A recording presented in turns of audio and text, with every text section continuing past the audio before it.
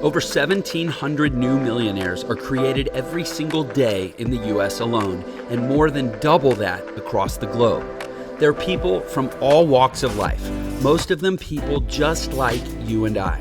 So the big question is this: how are so many people who didn't inherit money or have any special advantages overcoming the odds and becoming millionaires?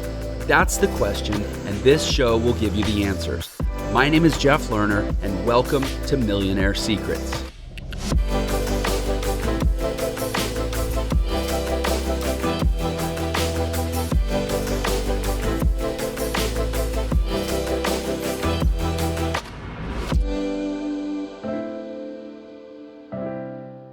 And welcome back for another episode of Millionaire Secrets. I'm excited to be back with you once again. Grateful, humbled, and blessed that today I have life and a voice and I get to show up with you guys. And I'm really grateful, humbled, and blessed by our guest today, whose name is Alex Mehr, pretty high-achieving dude, a.k.a. Alex Mehr, PhD. Probably Thanks a guy for having me, Jeff. Yeah, of course. Probably a guy that doesn't need much introduction. He's the president of 732 different companies, one of which I guess he's not the president of anymore because he sold it for $300 million. He used to be a NASA scientist. He walked out of the desert and into an amazing life, and he's got just stories that I don't need to do him a disservice by being the one to tell. Alex, thanks for being on Millionaire Secrets. Thanks for having me.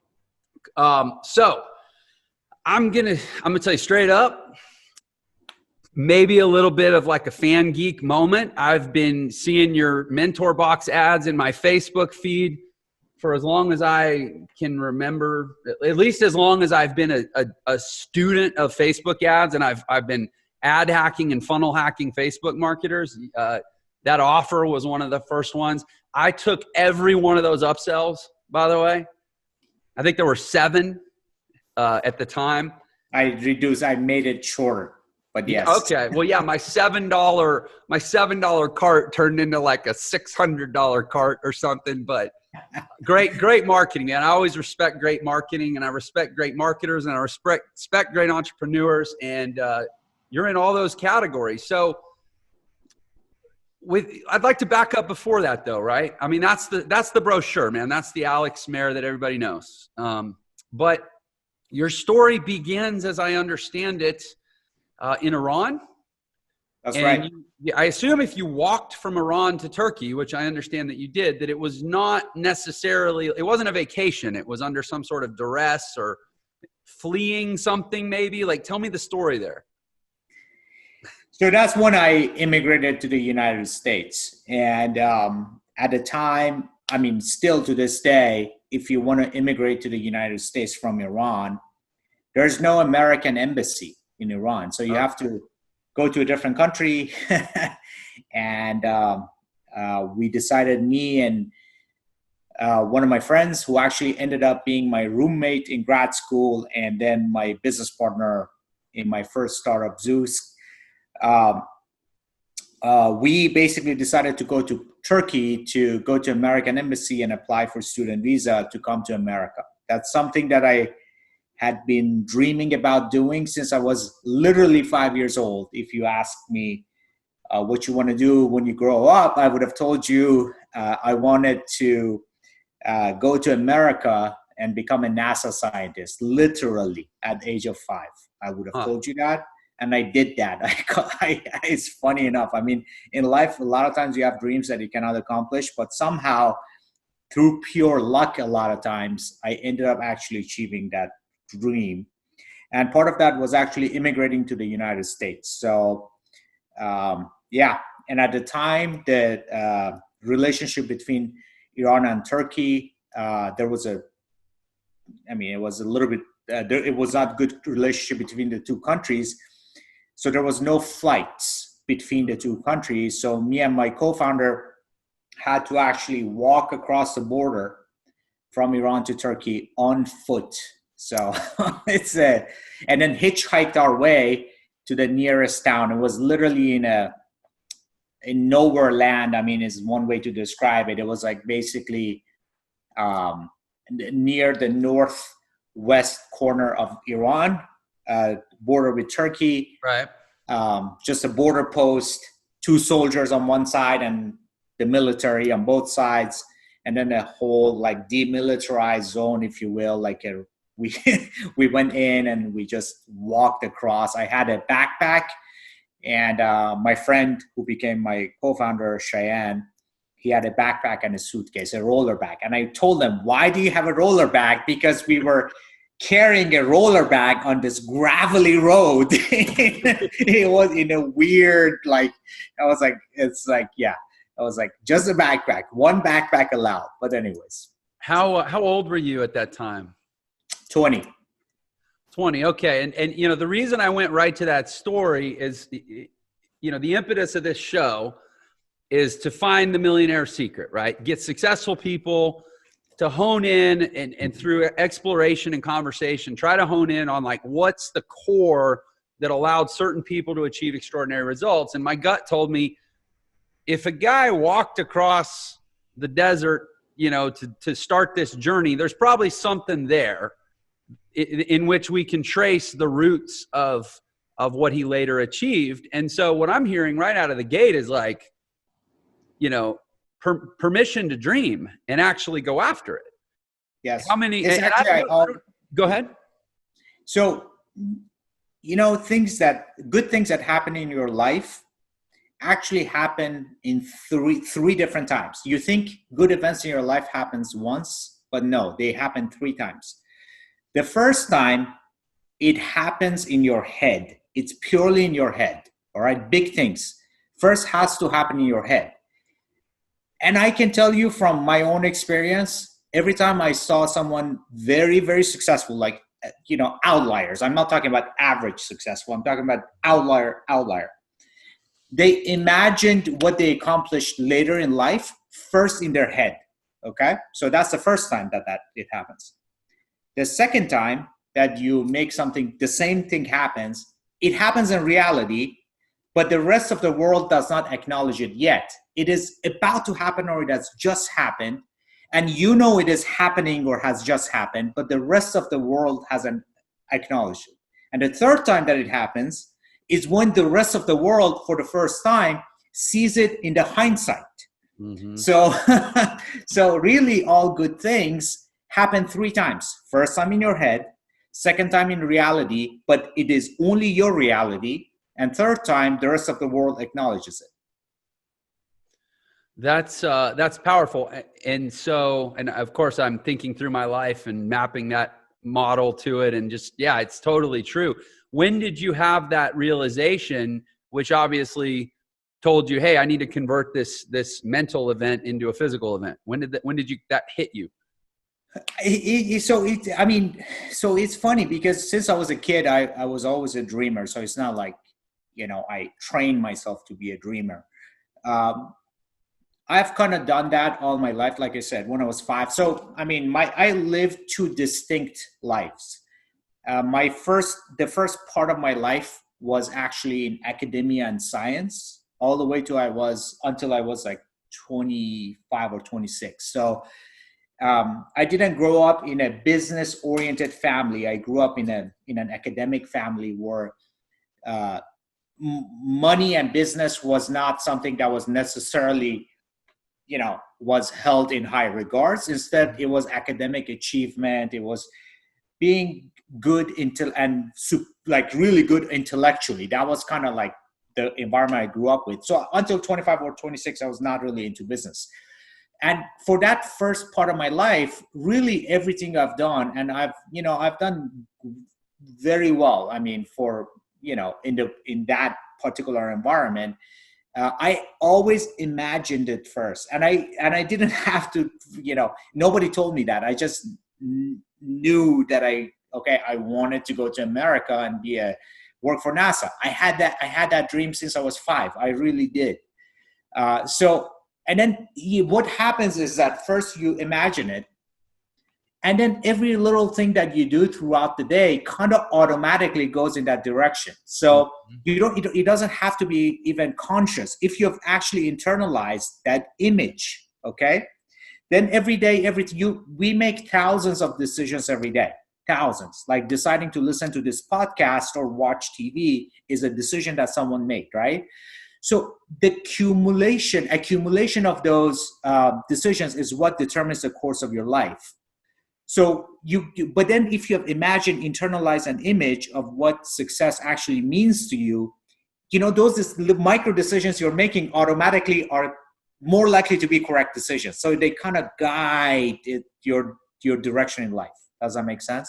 Oh my gosh, it makes, not to be cheesy, but it doesn't just make sense, it makes dollars. But it makes perfect sense to me. And what I find is I will say for myself, I think what you just said applies to everyone.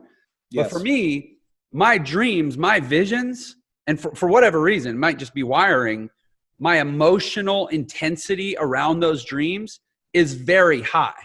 Yes. So then every single little micro decision that makes up my day is just dominated by the way I feel and the intensity and the drive around my vision or my dreams. Yeah. Some people, I think it's less, right? It's more of like a flat, neutral, maybe something they had in the past. So I'm guessing you're a person like me where you can't get away from it. Yeah, I encourage you guys to actually look up. There's a clip from Conor McGregor, former UFC champion. Everybody knows Conor McGregor. Of course. He's doing an interview after he won the championship belt for the first time, I think. There's an interview. Just Google it. It's right there. And he says, the reporter asks him, becoming a champion wearing this belt, did it feel different? Like, were you surprised? Were you happy? Were you excited? And he's like, this is exactly how I imagined it to be. I had heard this voice of the crowd. I had imagined me wearing this belt for many, many years. Mm-hmm. So he had that moment, championship moment, imagine many years ago in his head. Again, going to my thing that everything happens 3 times. The first time it happened in his head, right? He imagined it, but he did not have the skill set, or he was not in the right position in life to go and do it the next day. It took many years to get to that point. The second time that it happened was actually the night before winning that championship. That night, he knew he was going to defeat the opponent. He was like, I have the skills. I have made it to this point. It has already happened to me in reality. Okay, so you go into that ring knowing that you're going to win. That's the second time it has happened. So he became a champion 3 times. First time in his head, the second time right before he walked into that ring, and the third time when he actually did it in front of everybody else, and then everybody else acknowledged it. Happened 3 times. People think it happens for the first time when they're putting that belt around his waist, but in reality, that's happened twice already. Right. So for you, you mentioned Conor McGregor. I mean, his ascension to winning the UFC, title probably isn't any more of a dramatic arc than you coming from an academic family in Iran to become, never mind all your business accomplishments, just to become a NASA scientist in the United States. Right. And so I guess it's the same question that I would ask Conor McGregor is like, how do you coach that? How do you teach that? How do you give people the combination of confidence? And I don't know, frankly, if it's a confidence and a certainty of being able to do a thing, or if it's a fear of the regret of a life where you didn't. I don't actually know. But either way, how do you get that into people? Because it changes everything. Yeah, it's a good question. There's also the question of whether it's causative or it's a correlation. Right. But I tell you this, anybody that I can think of who achieved outlier success had imagined that outlier success ahead of time. You can look at Rockefeller, just read the book Titan. You can look at anybody that I have seen or I've heard this story. They had the same common thread. So they imagined it. They believed it before it actually happened. I know it sounds a little bit cheesy. It sounds like, a mindset thing and a positive thinking thing, but it's not. It's actually it is. It is. I think it totally is, but that doesn't mean it's wrong. It's not really. That's exactly what I'm saying. It's like, it's not like I'm I'm saying something just because, I mean, nobody knows if power of positive thinking is like a theory or is actual reality, Right. but I can tell you data points that I have. It's not positive thinking. It's just imagining the end goal, basically. I Right. give you an example. I was reading, there's a good book. I'm forgetting the name of the author, but it's called Stock Market Wizards. Okay. I was a trader many years ago, so I read a lot of stock market trading books. One of the better known ones is called Stock Market Wizards. And the author of the book goes on interviews the most successful traders, basically, that live today. Mm-hmm. And he was interviewing one of the very, very famous traders. And he asked him, tell me about, when you started training, one of the lessons that you learned. He said, I had a mentor and he was teaching me how to trade. So you have basically in a trade, you have an entry point and an exit point, right? So he basically entered the trade and then his mentor was in the room and he exited the trade and the trade worked exactly as he had imagined it, and with positive results. And he started jumping up and down on the table. His mentor told him, wait, what are you doing? Stop being overly excited. You should have imagined this successful trade ahead of time to the point where if it goes as you imagined it, it doesn't actually excite you because you're like, of course. Right. Does that make sense? So it's really, if you want to be an outlier, you see outliers, when they actually achieve what they want to achieve, they kind of do. I mean, they succeed. There's actually a term for it. I don't know if you've heard. It's called success amnesia. So they acknowledge the moment, but they instantly move on. Does that make sense? Right. And the reason for that is because they had imagined that moment so many times. And I can't speak for everybody, but that's kind of like based on what I've observed. They've imagined that moment so many times that when it happens, they're almost like, of course. So, and they move on to the next one. And I think those outlier people are so passionate about, and even almost, you could maybe use the term addicted to the process, that it's like, okay, great. It's like Michael Jordan in The Last Dance. He's like, okay, I won the title. Everybody's happy. Let's get through the press conference. Okay, but when's practice? Like, they just love the work, right? Yeah. And I think about, who I'm thinking about as you're talking is Elon Musk. Mm-hmm. Because I read a conversation with, I listened to a conversation with him where he was basically saying, Tesla, there's so much, the whole early stage of Tesla, it was generally considered to be a disastrous concept. It was not a high probability concept. Wall Street hated it, all this stuff. And even he said, like quantitatively, it kind of shouldn't have worked. And for a long time, I thought, at least on paper, it probably shouldn't work. But he was basically saying that he knew that he was the X factor. And that as long as he showed up in a way that he knew he could, and he made decisions that Wall Street would never predict because they're quantitative analysts, they're not him. He's like, I knew there was like a je ne sais quoi about the whole thing that could make it work that nobody else could see, but I knew because I'm me. I live in here.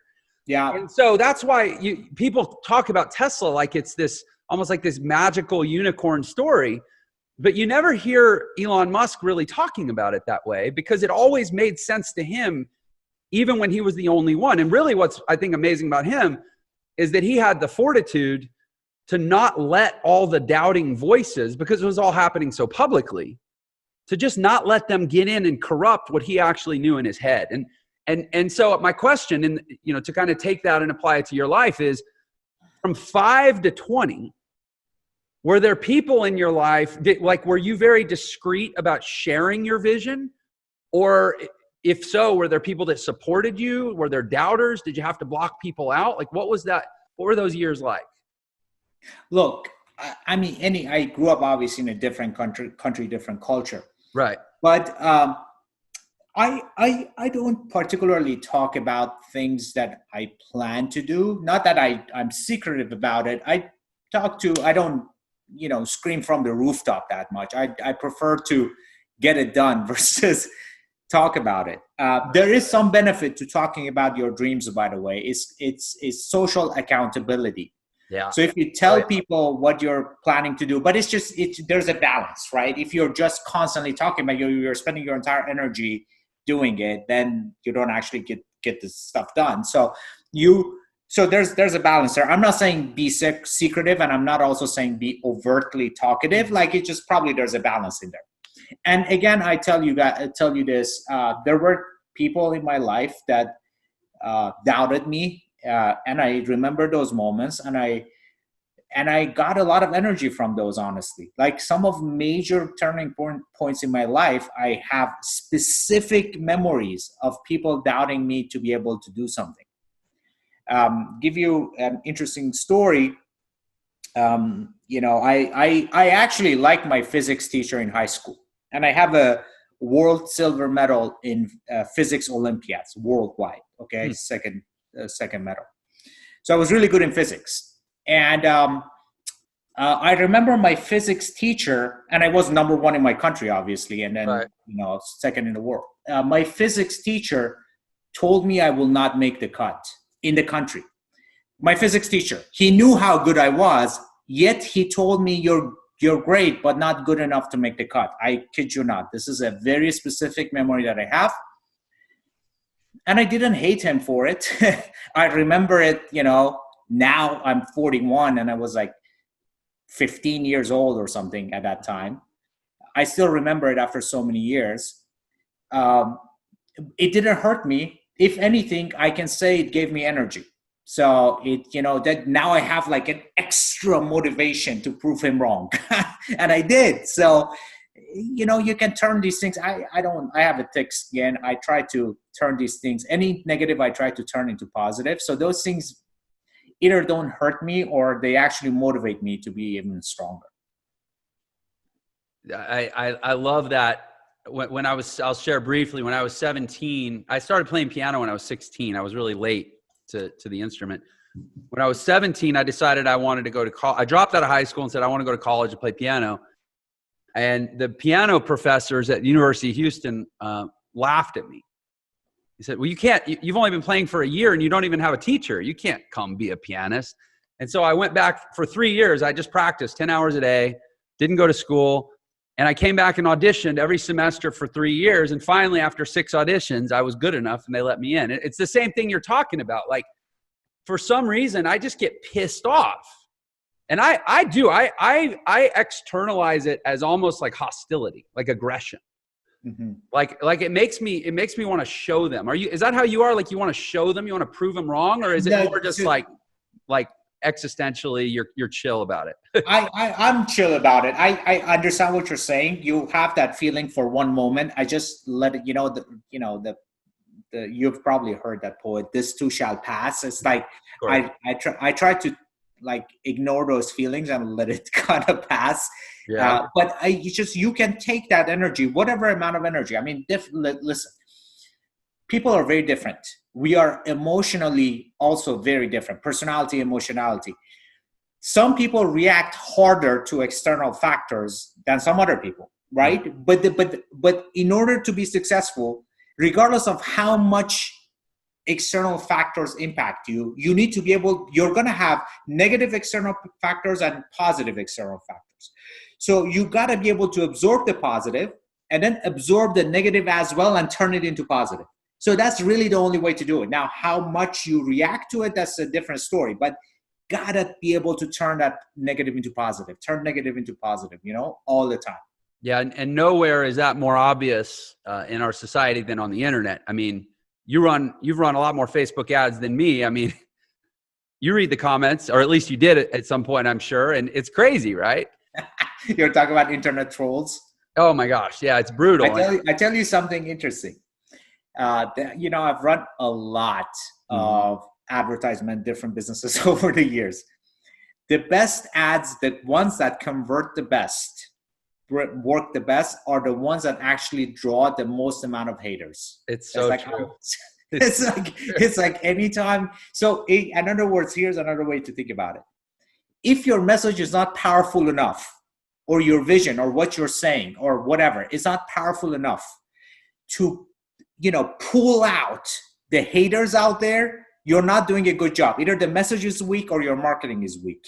So it's actually part of the game. If what you do if you don't have any haters, you're not making a difference in this world. Let me put it that way. Yeah, one of my marketing mentors who I've studied so much, Dan Kennedy, says, if you haven't pissed somebody off by 11 o'clock, then you're not marketing hard enough. That's true. That is true. So good. I'm glad we're talking internet. And hopefully, I hope someday we can sit down and talk for hours. I can hear the whole story because I love good stories, and you've got one. But if we could fast forward, so you come to America, you become a NASA scientist. I know there was a twist of fate where you were able to get a green card and able to get into school. And, again, and you seem like a pretty humble guy. You've used the term luck a few times. And I'm going to tell you that luck is when opportunity meets preparation. And clearly you're very intelligent. You work hard. You set goals. You go after the goals. You do the work. But you become a NASA scientist. And you said that you moved on at what age did you, like 27, 28 is when you went into business?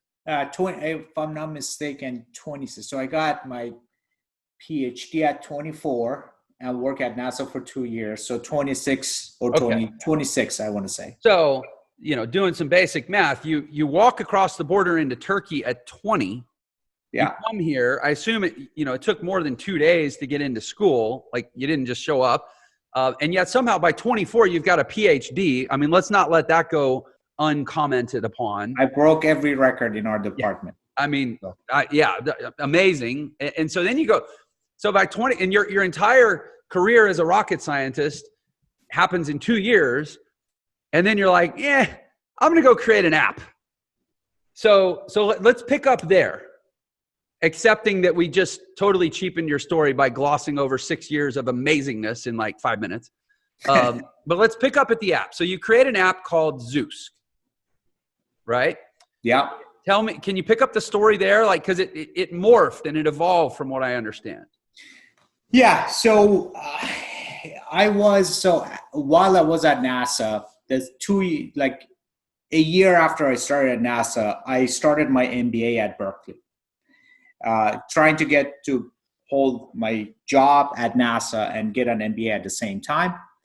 I've been thinking about entrepreneurship for about, I want to say, a year or two before that. But then I had this dream of being a scientist working for NASA, which I was doing. I was publishing papers, going to scientific conferences, presenting my work. But at the same time, I had an eye on entrepreneurship.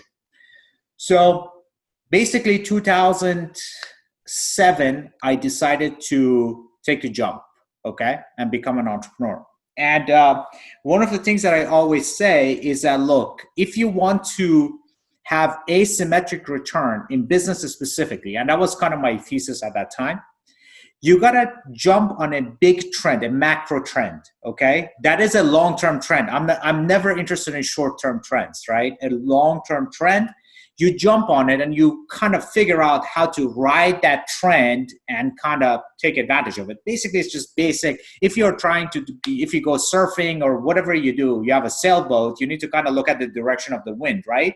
So it's true in business. You got to see what are the macro trends. And the macro trend that I saw at that time was apps. And I saw apps coming. This is to put it in perspective.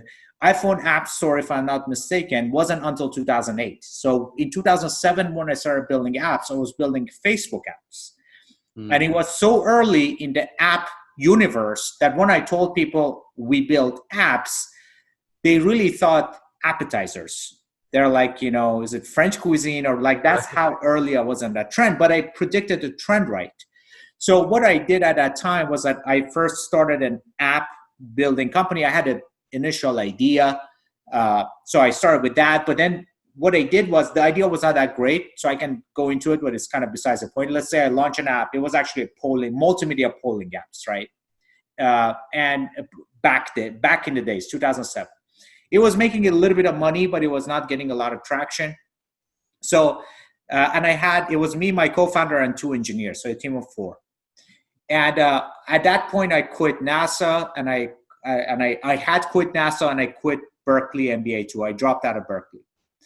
And we were like, okay, so every week, this is October 2007 when we kind of officially like became a team. And I said, every week, we're going to come up with a new idea on Monday, implement it until Friday, test it on Saturday, launch it on Sunday, and then see what happens. And then next Monday, we come up with a new idea. And we did that every week from October to December until I launched a dating app, and that app like took off. Mm-hmm. Okay. And that's when I was like, okay, it's dating. The answer is dating app. And that's when we pivoted into it. So it's a little bit of a experimental. I still wear my scientist hat a lot of times. So it was like, okay, another experiment, another week, another experiment. We go until we find the gold.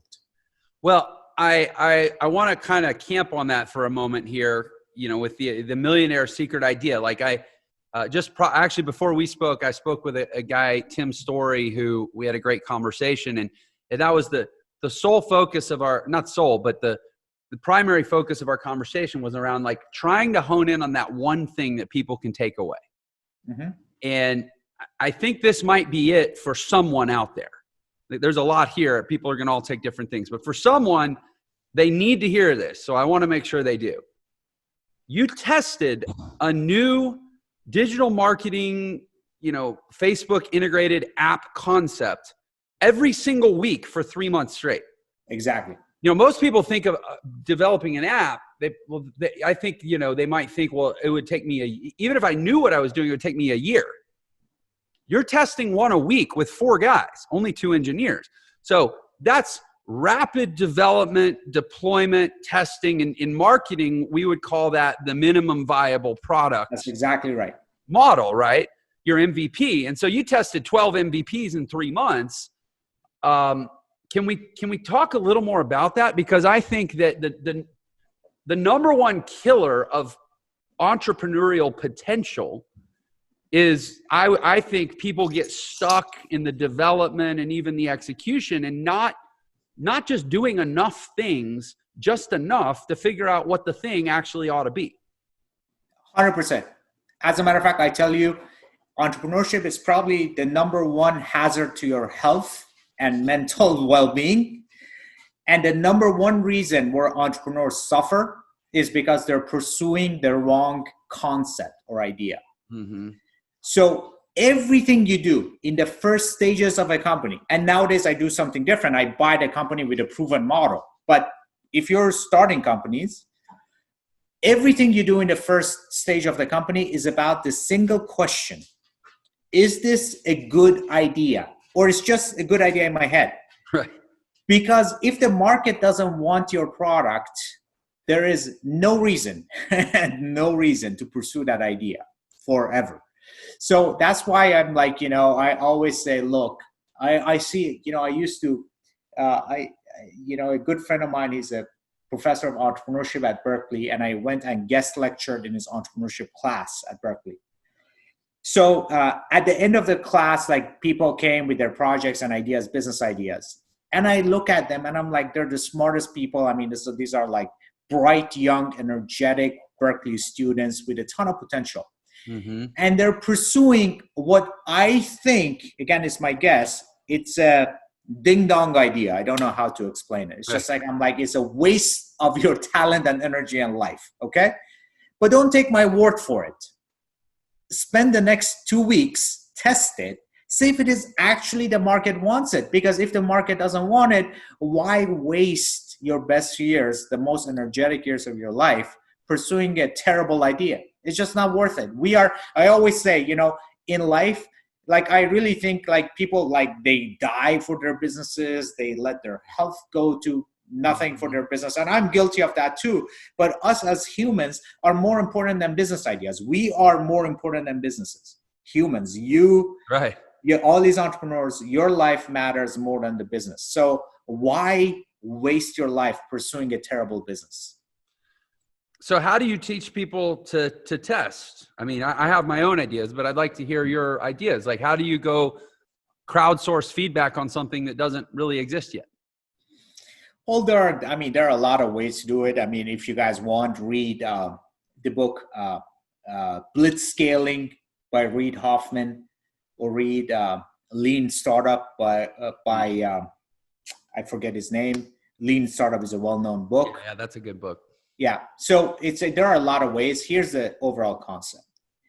So you have a product and you have a potential market for that product. Okay. So one way is to go build that product in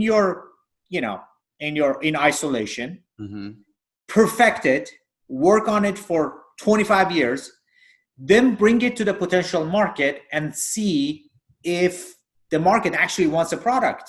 And maybe you're lucky. Maybe you spend, a ton of money and time and build this product and bring it to the market and the market actually wants it. But why take that chance? Okay. So a lot of times what you can do is that instead of selling the product, you can sell the idea of the product. So you create the concept. Concept is a virtual thing. It's not an actual thing. Good example, Kickstarter.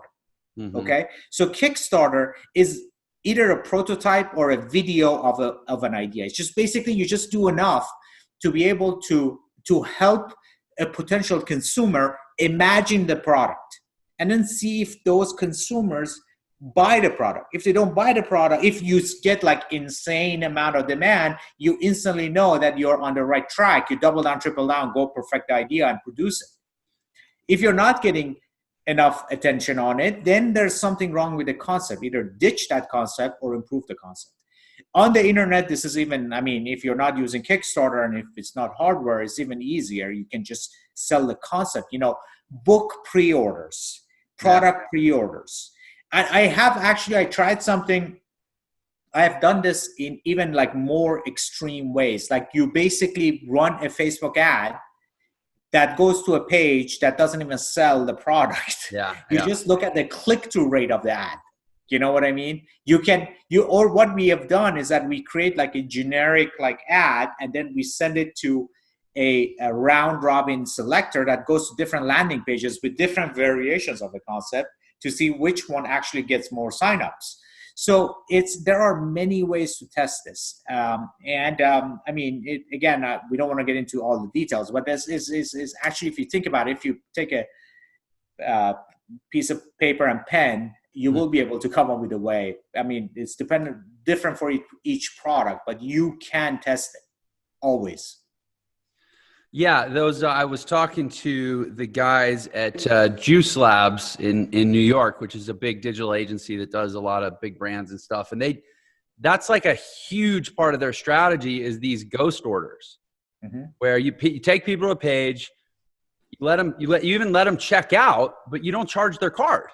Yes. And you just see if you get orders, right? And you don't waste any time. I love what you're saying. And one of the things that drives me absolutely bonkers online is all of these coaches and gurus teaching people who want to be entrepreneurs that the model is to find your passion and go follow your build a business around your passion.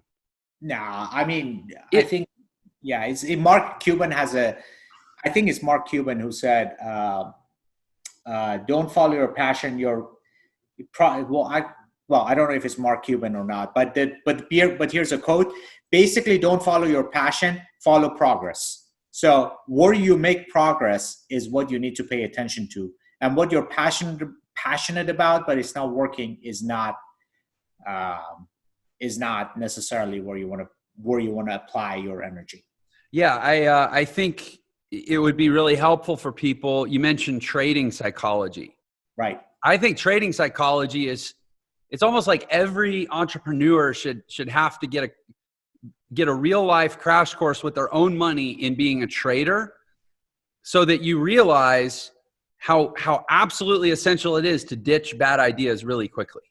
That's right. Right. Which you'll do if all you're dealing with is the money. Yes. And then don't get right. There's a saying in trading, they say your first loss is your best loss. So it's just like cut your losses, let your winners run. So it's so true. If your thesis is wrong, your idea is wrong, just cut it. Yeah, exactly. So I'm glad you heard it here, folks, from Alex Mehr, who's had a string of major successes, and who was the second smartest high school physics student in the world, that you should not just follow your passion. Like, again, looking for that one thing, there's literally thousands of people that are going to hear this episode that's what they need to hear.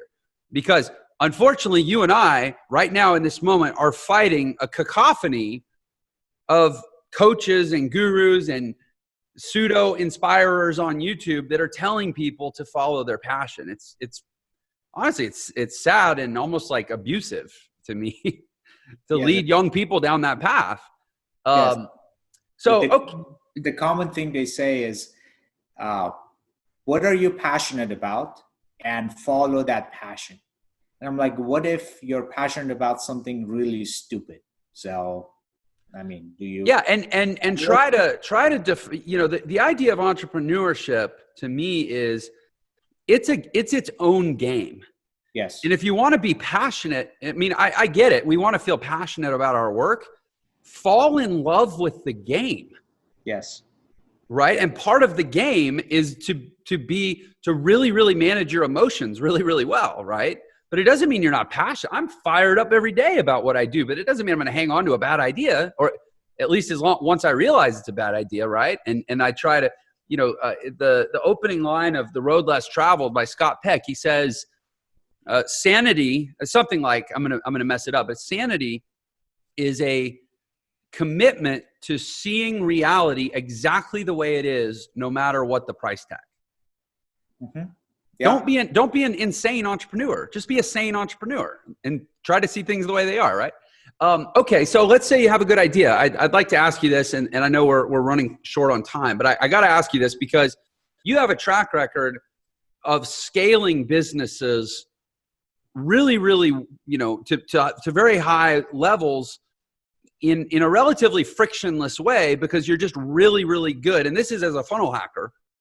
You're really, really good at creating high conversions, offers that monetize really fast. So you're not upside down on the ad spend, having to wait a long time for them to back out. So you literally create fires that you can just pour gas on to grow, right? So can you talk a little bit about, now you're not going to convince me that you're just lucky with that, first of all, because there's a science to it. And I'd like to know, A, how you got so good at it, and B, what you think the keys are to it. I still would say I'm lucky, but okay, I tell you a little bit more, give you a little bit more color. There are two elements. If you want to scale big, if you want to scale big, there are two things you have to get right, okay? The first one is, are you in the right market? Are you in the right market? A lot of times people are in a tiny market, okay? Tiny market that has natural limits. Right. And then they're wondering why they can't scale things. Well, I'm like, well, you're in it. There's nothing wrong with it. I mean, I don't like those. In fact, one of the things that I do is that I instantly try to assess what is the maximum potential of an idea. And there are ways to do it. Like you look at market size, right? And then you say, okay, so if I win, if I'm good, and if I can win in this vertical, how big can it get? And if it's small, I don't bother with it, because no matter what you do, you cannot scale. So, if you've read the Art of War, one of the things is that you have to win the war, be able to win the war before you enter, because if you're doomed to lose, why enter that war? So it's the first thing. Engage only in big battles. Like the vertical has, and I can talk about that for hours, really. Mm-hmm. It's a way of thinking I've developed that helps me go into markets with products, but with the right product, but you have to also enter the right market. Otherwise you cannot scale. Doesn't matter how skilled you are. Right. The second thing that I can tell you guys is, if you have the right idea, you're attacking the right market, okay, at the right time, okay, the right product, right market. Actually, there are four elements that have to come together. The right product, the right market, the right team, and at the right time. So 4 elements. The moment you determine these 4 are all in place, then you want to be like, whatever is your natural level of aggression, you want to be extra aggressive. Meaning, it's like basically it works almost. It's almost like, I know it's like having two conflicting ideas in your head. So in the first stages, be super like testing and be small and try to determine if all the four elements are in place. Mm-hmm. But then once you've determined it is the case, be extra. I'm so aggressive when I know I'm onto something right, when I have built conviction, that it's just like you just dominate the market. You like plow marketing and advertising and resources at your idea, because there's a halo effect. So businesses that are good and right, they don't scale linearly. So initially it is linear. So you have like a CPA, cost per acquisition, you're getting one user after another. But if it is the right product, you pour gasoline and you become super aggressive, then it just like the curve lifts up. So the actual rewarding part of the curve is actually at the end. If you're super timid, after you have determined that it's the right product, you will never experience that hockey stick. Does that make sense? So you need you first make sure that you have everything, all your ducks in order. You're in the right market with the right product at the right time with the right team.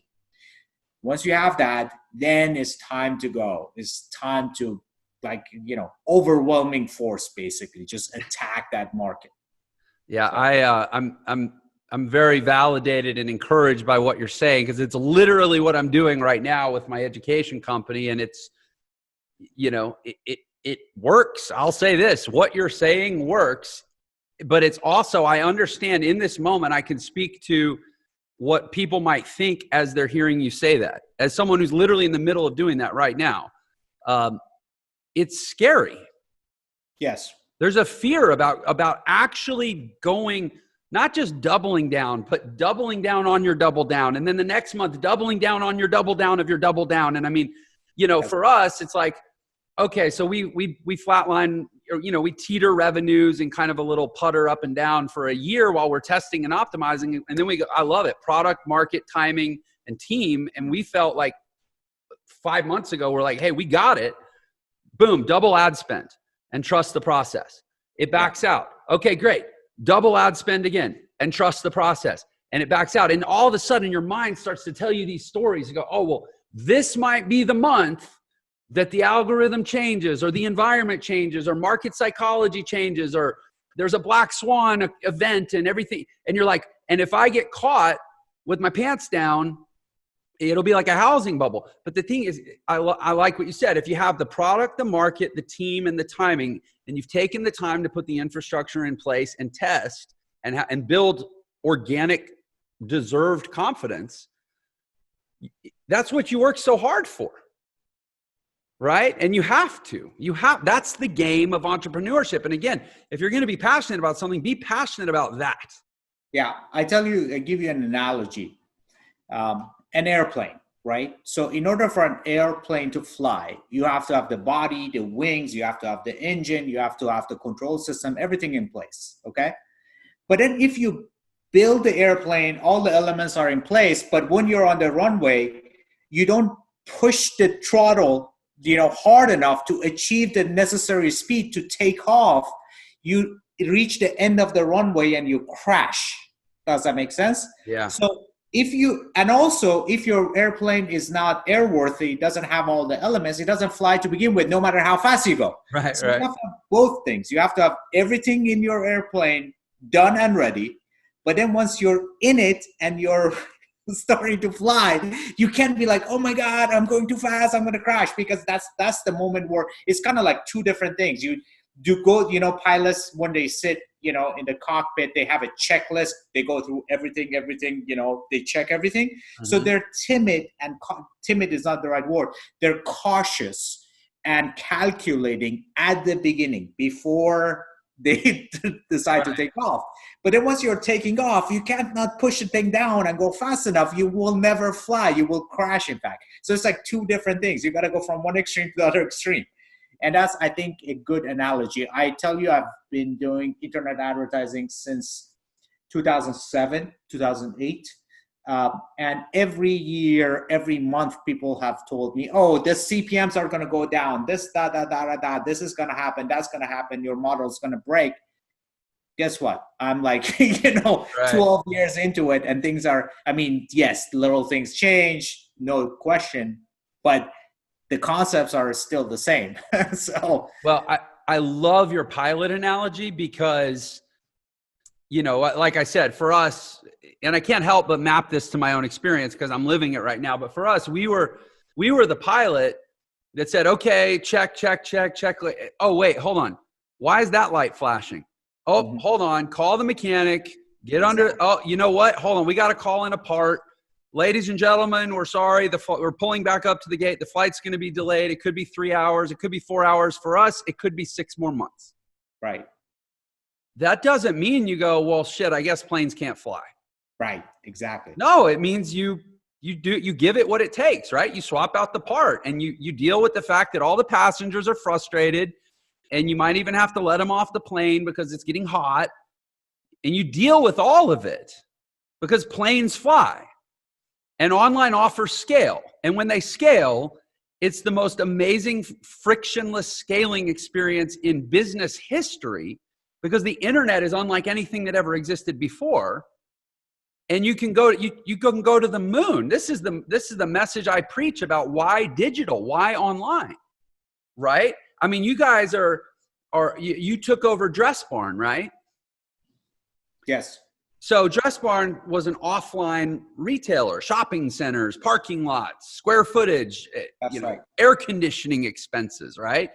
And I had the internet chatters, right? And I hear the chatter and I think I know, but what is the plan with Dress Barn? We turn it into, and that's actually what we do. So we buy these massive brands and we turn them from, retail brick and mortar model to e-commerce. It's actually a pretty simple model. Mm-hmm. So, and e-commerce, yes, it involves physical products still. You send people it's not a digital offer, but it is scalable as much as you can buy and ship products. So that's literally the idea. So it's kind of like, okay, I buy the brand.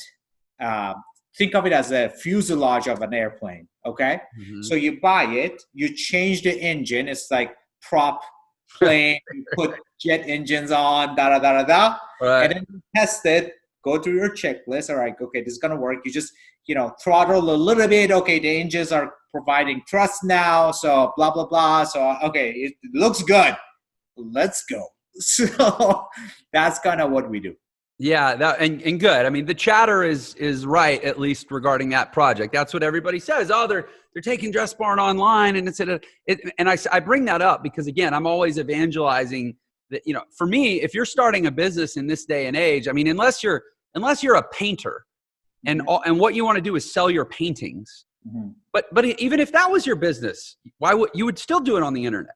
Yes. Like it makes no sense to me that the world of entrepreneurship still has these franchising conventions and people buying pest control franchises and Snap-on tool trucks and spending $2 million to open a McDonald's. And I'm just like, hear me, people. It's the internet is where it's at. And that's why I asked you about that if the internet can fix Dress Barn, I promise it's good enough for everyone listening to this show.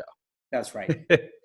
Cool, man. Well, this has been epic. I wish we didn't have to go, but I know we both do, Alex. I appreciate so much you coming on Millionaire Secrets. Real quick, how can people go get into your world and follow you and learn more? Instagram at Dr. Alex. Doctor is spelled out. Okay, Dr. Alex, and I'll make sure we get that link for everyone. We've put together a link on our site that's your link. It's millionairesecrets.com/Alex M, where people can get a free copy of our Millionaire Shortcut ebook, the fastest way to become a millionaire in the digital economy. And I'll go ahead and do a reveal. We're going to tell you to start an online business. Just heads up. Big shocker. Thanks again for being here, man. Is there anything else that you want to share? A website you want people to go to? Anything else about you or your world? I'm good. I just wanted to tell you guys one thing. You can try to learn entrepreneurship through trial and error. There are people who have done that, I assume. Yeah. But all the successful ones and all the ones that become successful before 95 years old, they have learned through other people. Mm-hmm. And books, one reason I read books, and and you also create these programs, and we have programs, is like, why not learn from the others? And that's not just in entrepreneurship. In fact, in every aspect of your life. Imagine trying to become a UFC fighter without ever taking a jiu-jitsu class, Right. It's just, you know what? I'm going to learn how to fight on my own from scratch. Everybody will laugh at you. Then why do you try to do other things in your life that way? I see that's a common mistake that I see. I think I'm going to leave your audience with that message. Please learn from other people's success and failures. I think that's a beautiful note to end on. Thank you again, Alex, for being on Millionaire Secrets. And thank you out there to the audience. Love and appreciation. Thank you for watching Millionaire Secrets. If you enjoyed this episode, please share it with your friends and leave us a comment below. And don't forget to subscribe and turn on notifications so you know whenever we release a new episode. Also, if you want to learn the fastest way to become a millionaire in the new economy, click the link in the description below to claim your free copy of my book, The Millionaire Shortcut. And don't forget, Millionaire Secrets is available on all the major podcast platforms as well. Subscribe wherever you listen to podcasts so you can listen on the go. Thanks for watching.